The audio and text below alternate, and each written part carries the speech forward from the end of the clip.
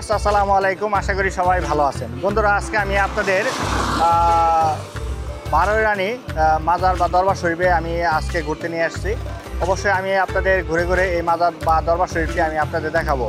বিগত ধর্মূট যে মাজারে রয়েছে হযরত শাহ কামাল রহমতুল্লাহি আলাইহির চতুর্থ স্ত্রী হচ্ছেন বারোই রানী।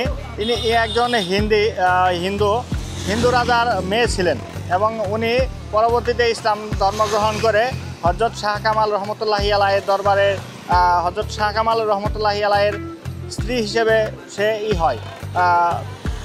অনুসারী হন এবং তার ধর্মনী হন। তো বন্ধুরা, চলুন আমরা তার দরবার শরীফটি ঘুরে ঘুরে আমি আপনাদের বিস্তারিত দেখানোর চেষ্টা করব। তো আমার সাথে থাকার চেষ্টা করুন। তো বন্ধুরা, আমরা দরবার শরীফের সামনের দিকে যাচ্ছি। যেহেতু আজকে বৃষ্টির দিন ছিল, তো আমি আসলেও ভিজে গেছি। তো আপনাদের বিনোদন দেওয়ার উদ্দেশ্যেই অনেক কষ্ট করে ভিডিও বানাচ্ছি। সামনে দরবার শরীফ আমরা যাচ্ছি। তো মাটির রাস্তা, খুবই সাবধানে যা লাগতেছে।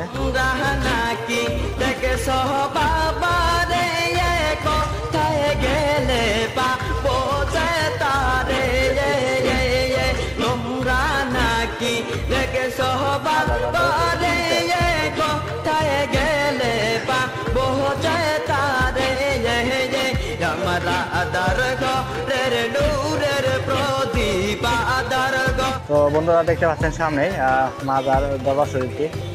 তো দরবার শরীফে এখানে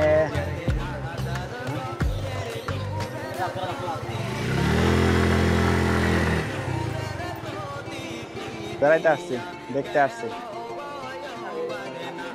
ভিতরে দেখতাম, একটু দেখা যাবো।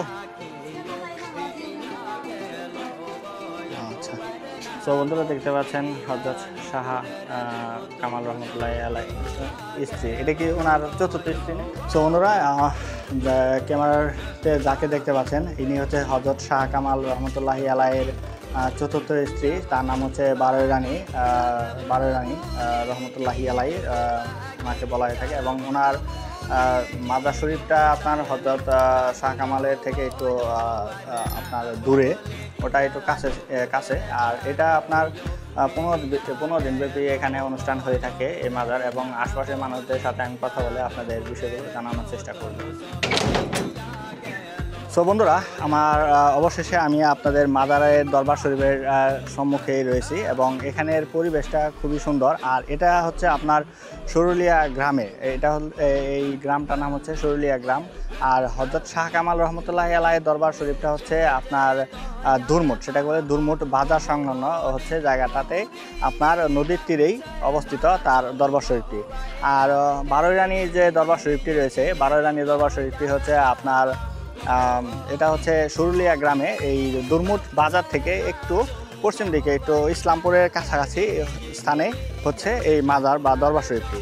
আর এটা আপনার প্রতি বছর অগ্রহায়ণ 4 অগ্রহায়ণ থেকে আপনার বাংলা মাসের 4 অগ্রহায়ণ থেকে শুরু হয়। 15 দিন ব্যাপী এখানে উৎসবটি শুরু হয়। এটা পুষ মাসের দিকে, অগ্রহায়ণ থেকে পুষ মাস পর্যন্ত আপনার এটা হয়ে থাকে অনুষ্ঠানটি।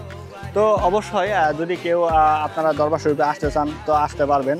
আর এখানে দেখেন চমৎকার একটি এখানে আপনার পুকুর আছে।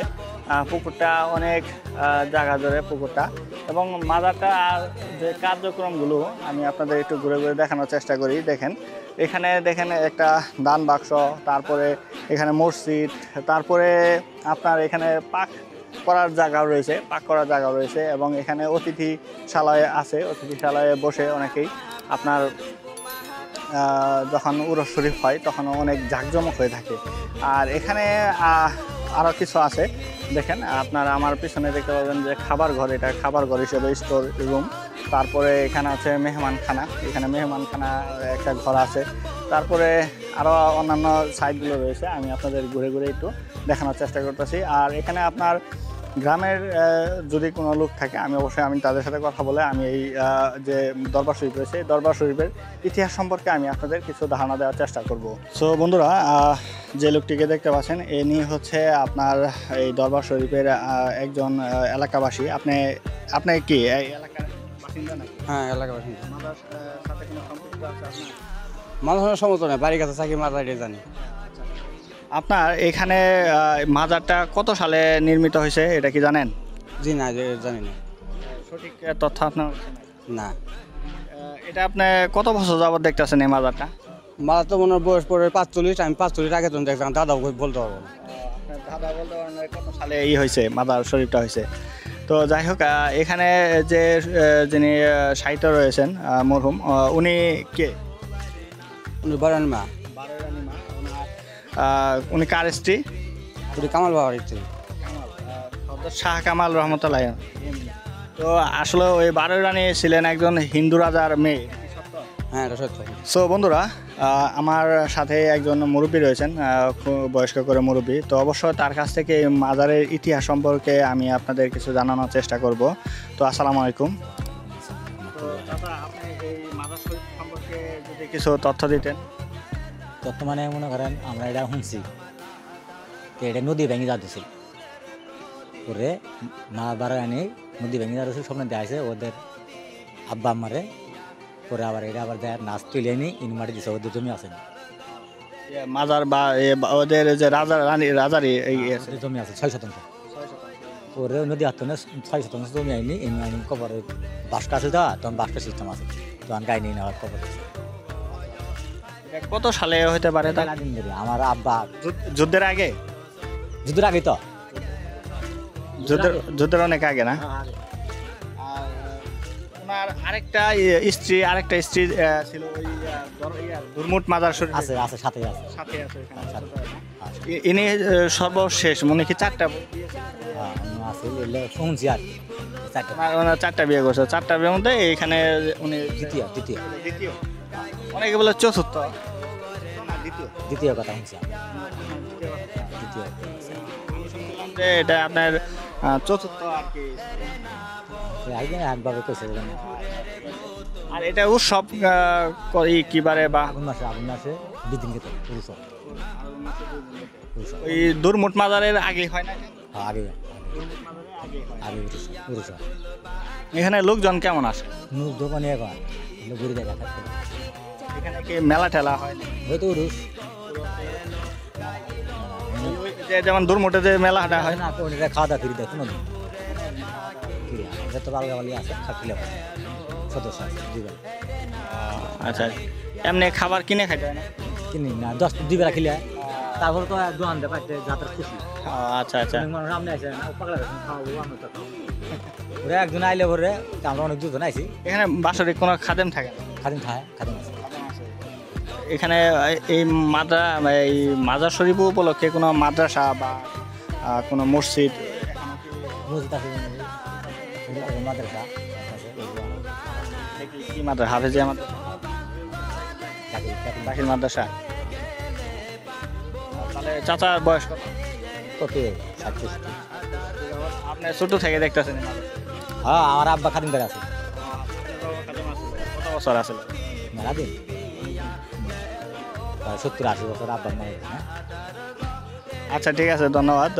তো দেখেন, এই মাজার শরীফের যে পুরাতন একজন খাদেমের সন্তানের কাছ থেকে আমরা কিছু গুরুত্বপূর্ণ তথ্য জানলাম। তো এটা হচ্ছে তার মাজার শরীফ। মাজার শরীফটি উন্নয়নমূলক কাজ চলতেছে।